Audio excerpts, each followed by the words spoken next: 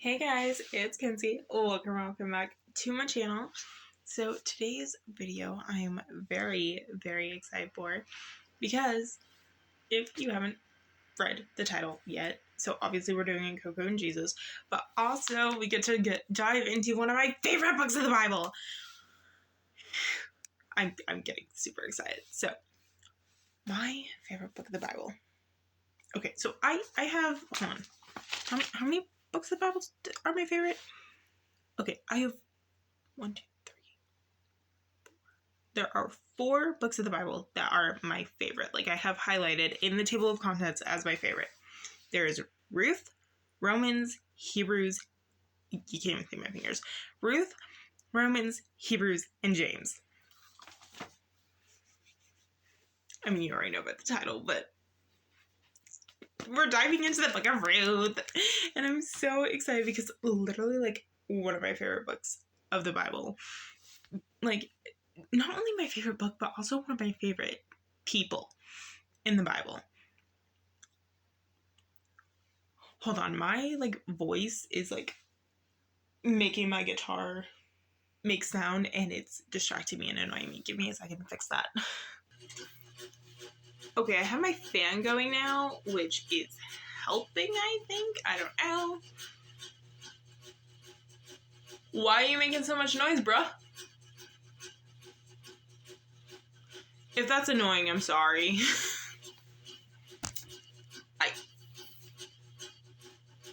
Never mind, I'm turning that back off. It was straight up making too much noise. Like, that was uncalled for. But anyway, like I said, we get to dive into the book of Ruth, and, like, do y'all see that? Like, that is some underlining and some writing in there. Like, I mean, like I said, like, look at this side. Oh my gosh, you can't see it. I mean, you kind of can, but girl, I got a lot in here. But yeah, so, by the way, if anyone wants a video on, like, what's the different, like, basically how I do my Bible journaling and Bible studying, let me know. I would love to do a video on that. I might do a video on that anyway, but yeah, just wanted to know. Now, next thing. So there are 4 chapters in the book of Ruth. So for the next 4 weeks, we're going to have a chapter from each, but we're going to read a little bit of each chapter or all of each chapter depending on what's going on in that chapter. So like chapter 1, I'm going to read verse 4, 5, and then I'm going to skip down to verse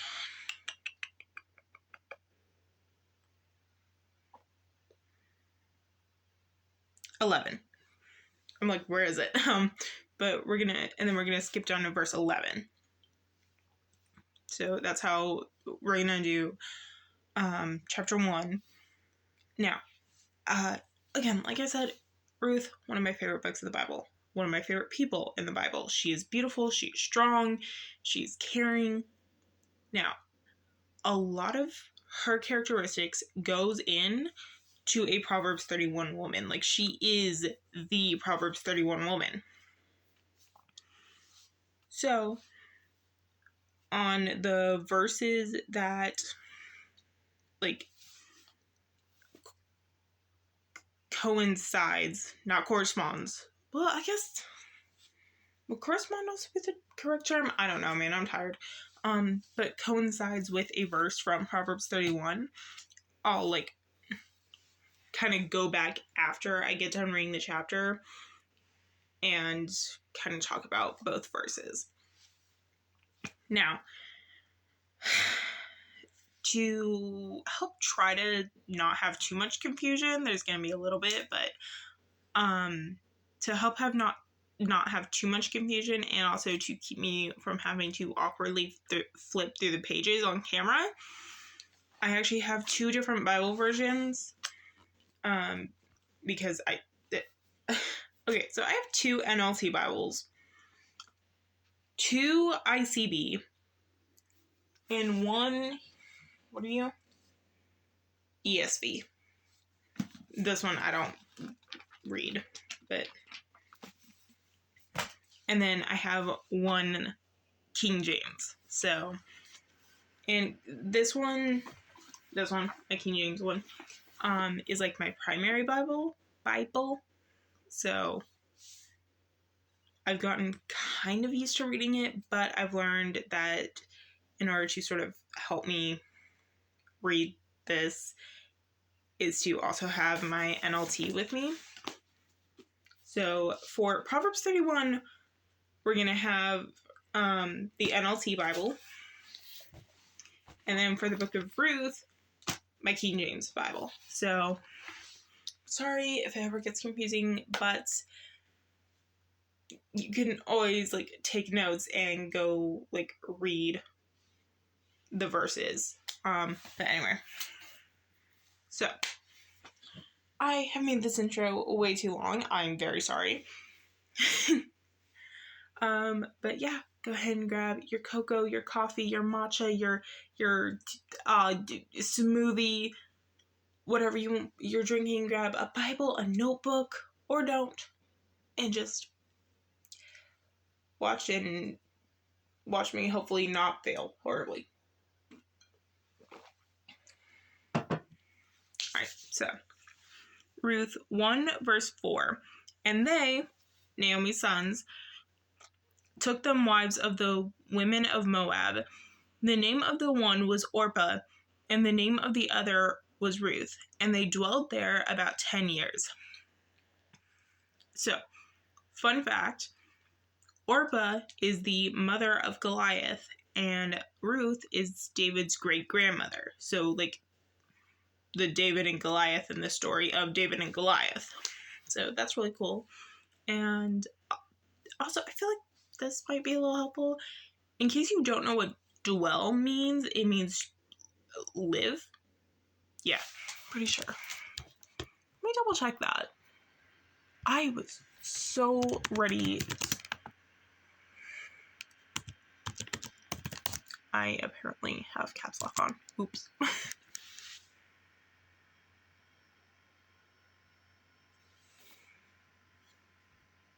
I was so ready to like help educate, and now I'm like second guessing myself, and I should not be doing that. No, I don't want to define dwelling. I want to define dwell.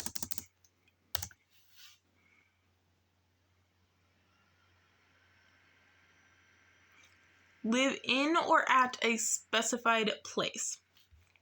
That's what dwell means. So, to live somewhere.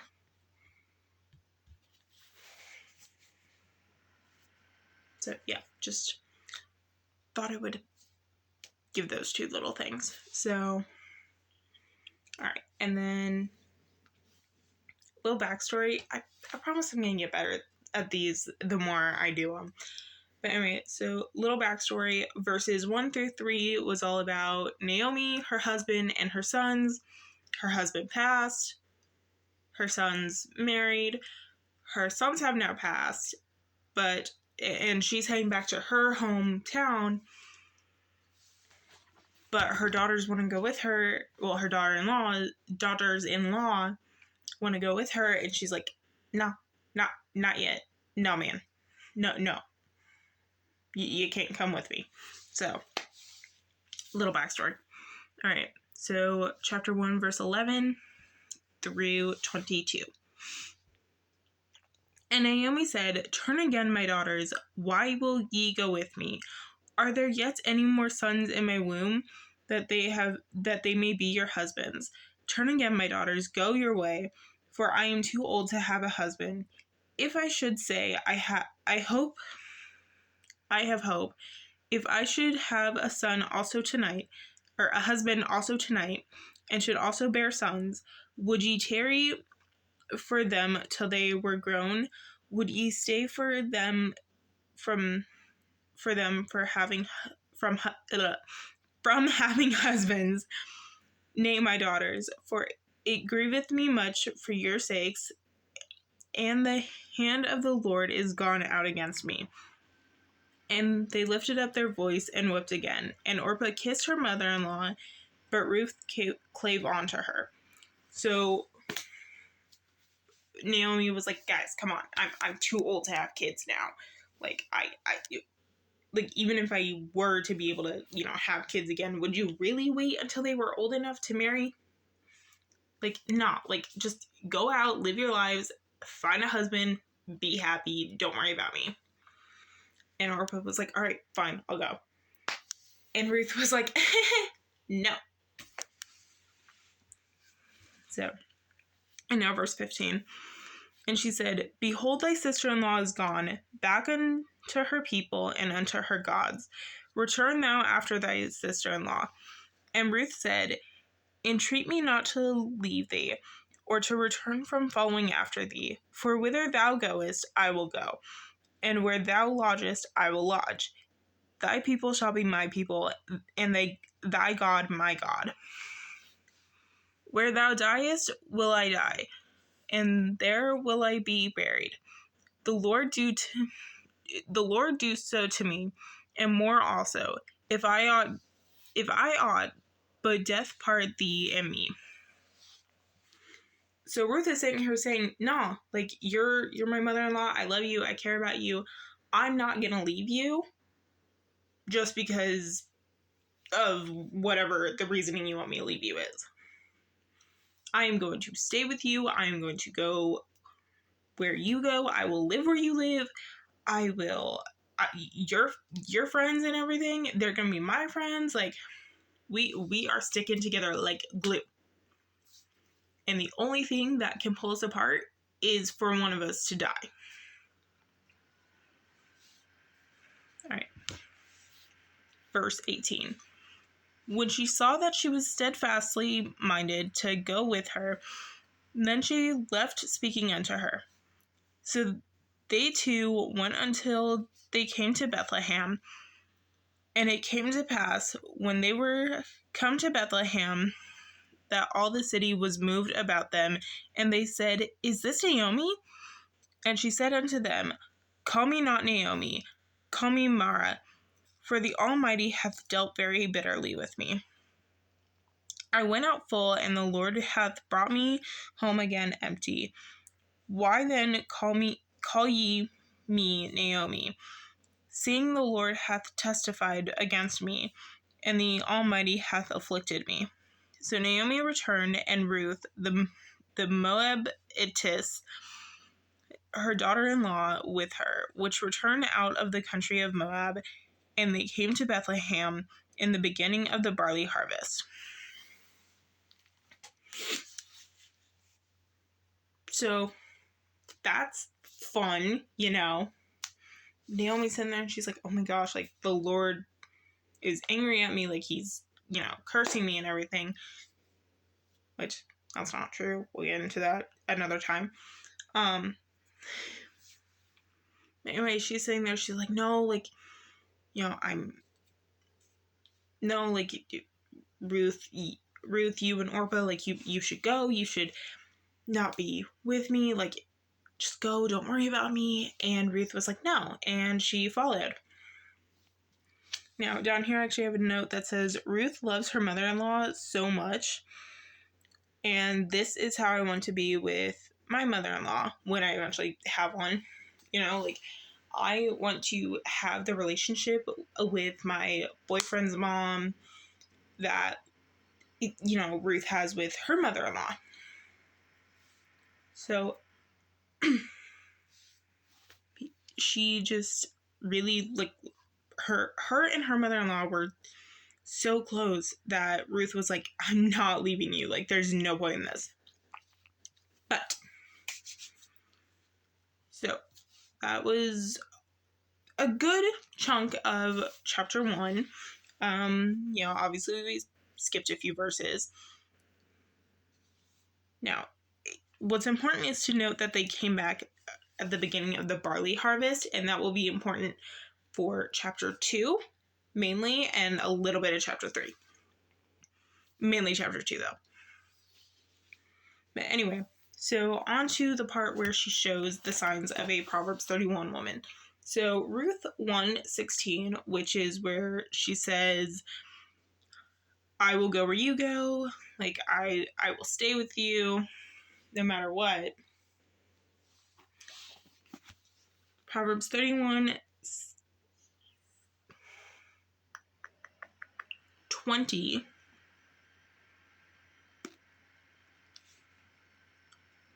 says, she extends a helping hand to the poor and opens her arms to the needy. Basically saying she is very caring. Or it can also go with 26.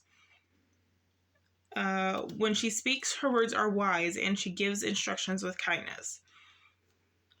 27. She carefully watches everything in her household and suffers nothing from laziness. So rather than deciding to just listen to her mother-in-law and being like, all right, fine, I'll leave, she decides to extend her help, basically, to go with her mother-in-law back to her mother-in-law's home country, a place she does not know, and be like, all right, I'll live here then. And instead of, so 26 and 27 kind of goes more with chapter 2, but it's still helpful and still a very good verse. But she spoke to her mother with such kindness and was like, I will go where you go. That is what is going to happen. She wasn't just like, all right, fine, I'm going to leave you, whatever, I don't care about you, yada, yada. She was like, no, I'm going to go where you go. I will eat what you eat. I will live where you live. I will be with the people you are with. Like, we are sticking together. And, like, Ruth is, like I said, she is kind. She is, my nose is itchy. That has nothing to do with Ruth. She is kind. She's loving. She is selfless. Not selfish, selfless.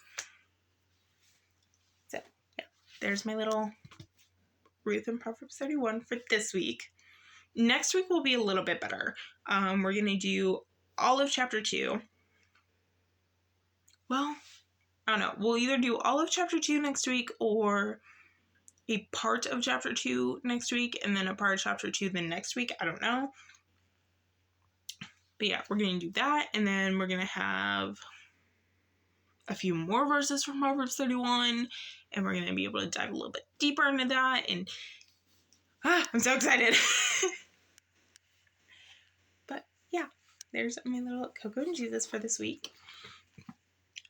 Couple little things though before I end.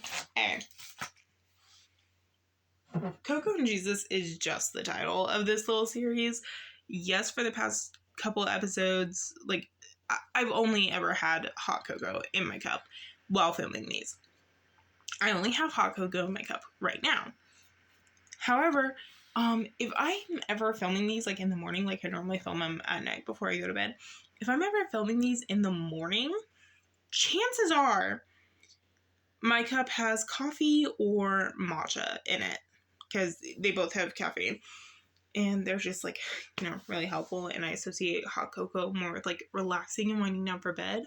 Or I might have tea in my cup one night. But, yeah, Coco and Jesus is just the title. Because I was drinking hot cocoa at the time and thought it would be cute. So, there's that. But another thing. So, I really want to paint this wall that's behind me. I really want to paint it and have it be an accent wall. However, I want it to kind of, that looks like a mess right now. Don't judge me. But I kind of want it to kind of match my bedding. So my bedding is like the sheets and the pillowcases are gray, and then the comforter is this, like, velvety maroon kind of plumish, closer to plumish purple than maroon. But I really want it to kind of, I don't want the colors to clash. but I really want this wall behind me to be an accent wall because my walls look like my room is not bare by any means. Like, I have definitely decorated my walls a lot. Like, my room's a bit of a mess right now, so don't judge. But anyway, like, my walls are not bare. I recently decorated them. So, like, I'm not having an issue with that. My issue is just that, you know, they do all look, with every single one of them being white, it looks kind of boring and bland in here, and I just sort of want an accent wall, and I want it on this wall specifically. So I don't know what color I want to do. But then I'm thinking of doing a coat of white on the other 3 walls, because right now they're kind of more like a off-white, kind of dingy looking one, and it's just not cute. So I want to do white on all those 3 walls, and then I don't know what I want to do on this wall back here. So if anyone has any suggestions, so yeah. Plus, another reason I want to not have this wall be white is because I have that little cross up there, and I'm not a huge fan of the white on white. Just because when I'm looking at it directly, it takes me a second to find the cross. So yeah, I just wanted a little bit of an opinion, because I don't want to do maroon on the back. I want it to be more of like a light color. I want it to be kind of fun, but still fairly neutral. I'm not even sure how that makes sense, but in my brain it does. So yeah, if someone could help me out with that, I would love that. I would greatly appreciate that. So yeah, but anyway, thank you so much for watching this video. I'm so sorry it was all over the place. I'm sorry it was a week late. But I appreciate you guys for watching. I hope you enjoyed. I hope you have a good day, night, evening, whatever time of day you are watching this. Jesus loves you. So do I. And bye.